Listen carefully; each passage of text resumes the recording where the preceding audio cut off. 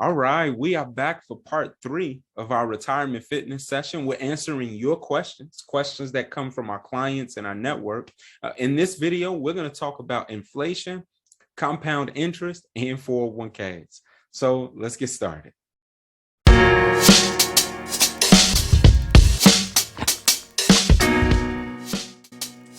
My name is Jason Kennedy. I am the founder of the Kennedy Financial Group. I have with me Nicole, who is the head of client relations, and we are happy to be able to record this video for you today. Yes, we are. And you see, I have my glasses on today, Jason, because we have some really deep questions. So I need to make sure that I read these correctly for you. I only have 3 today, so be kind of short, but let's get into it. All right. All right, let's go. Okay. So the first question is, I kind of move from job to job, which really doesn't allow me to start contributing immediately. And sometimes I don't even have an employer to match my 401k. So how do I still save for retirement? That's a good question. We're at a point now where that's the experience for the average worker.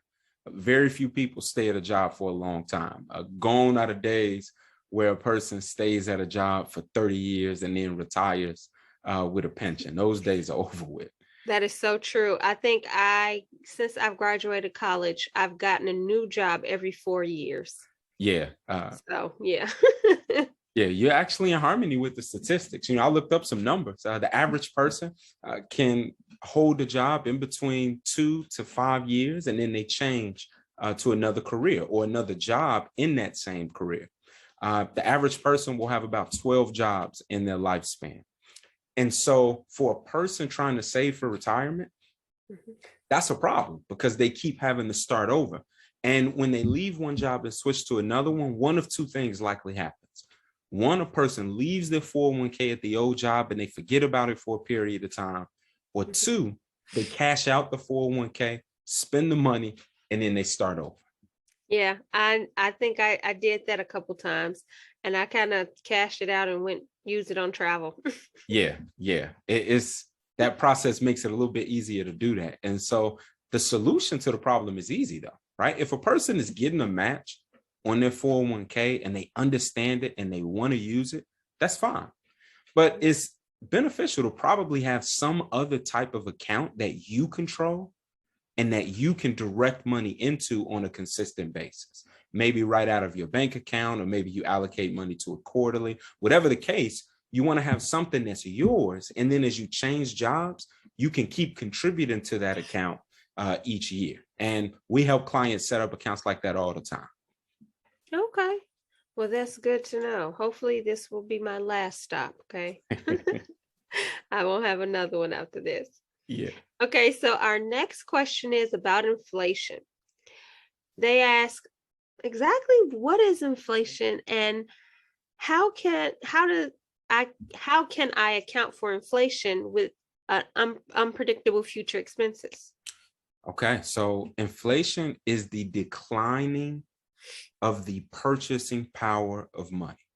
So it's the reality that as time passes, the dollar will be able to buy less goods and services. Now, a real simple way to explain what inflation is to look at an example. So here's an example. Many economists use this real world example to measure inflation. They use the Big Mac. So if you look at the screen, you can see what a Big Mac cost in 1960. It was 45 cents. But as time passed, the Big Mac got more expensive, right? In 2000, it was $2.39. And in 2020, it was $4.95. So you can see what inflation did to the purchasing power of the dollar. Okay. Right. Yeah, now, I don't know much you could get from 45 cents. I don't even know if they still have penny candy nowadays. Remember penny candy? No, I don't know. Right. And so, a person trying to plan against inflation, if their money's like in a savings account and it's getting like 0.01, they might feel like I'm not losing money. My money is safe. But when you bring inflation into the equation, you find out you're losing money. You're losing money slowly. Because if you have $100 in a bank account and you keep it there for 10 years, it's not even worth $100 anymore because everything around you has gone up. So the goal is to put your money into an environment where you at a minimum can keep up with the growth of inflation and possibly get even a higher rate of return than that. And there are safe accounts that don't put your money at risk that allow you to do that. A person just has to know what they are. Okay. Well, thank you. Thank you for breaking that down. Oh, no problem. And to see those numbers change so drastically, oh my goodness. From 45 cents to $4. Yeah. It's even worse with healthcare. I don't have a I graph don't even, to show that. don't even get me there. No, please, no.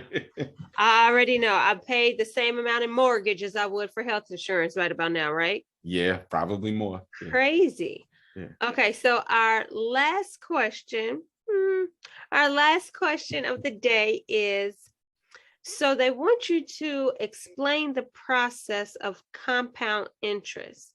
At what point should I expect to see more substantial numbers that I could potentially live off of? Okay, that's a good question.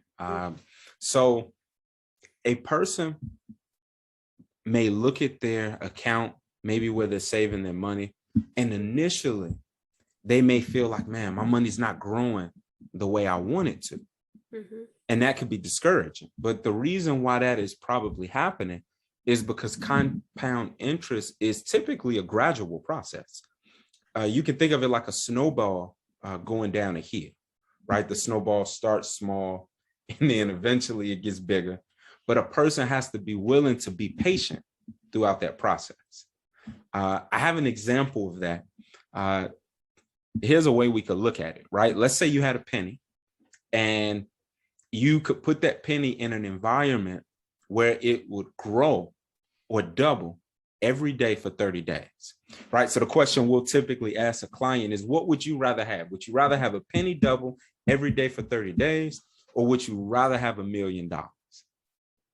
That's like a no-brainer. Of course, $1 million. Yeah, that's what most people would think, right? But look at this chart, right? So I have this chart here. It's showing the penny doubling every day. And if you look at the first 4 days, you're only at 8 cents. At day 10, you're at $5, right? So you see the penny doubling each day, 1 penny to 2 pennies, 2 pennies to 4 pennies, 4 pennies to 8 pennies, all the way down to day 10.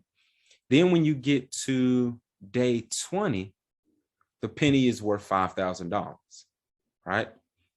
When you get to day 30, do you see how much the penny is worth? And this is 30 days in 1 month. 30 days, yeah. $5 million. Wow. Right?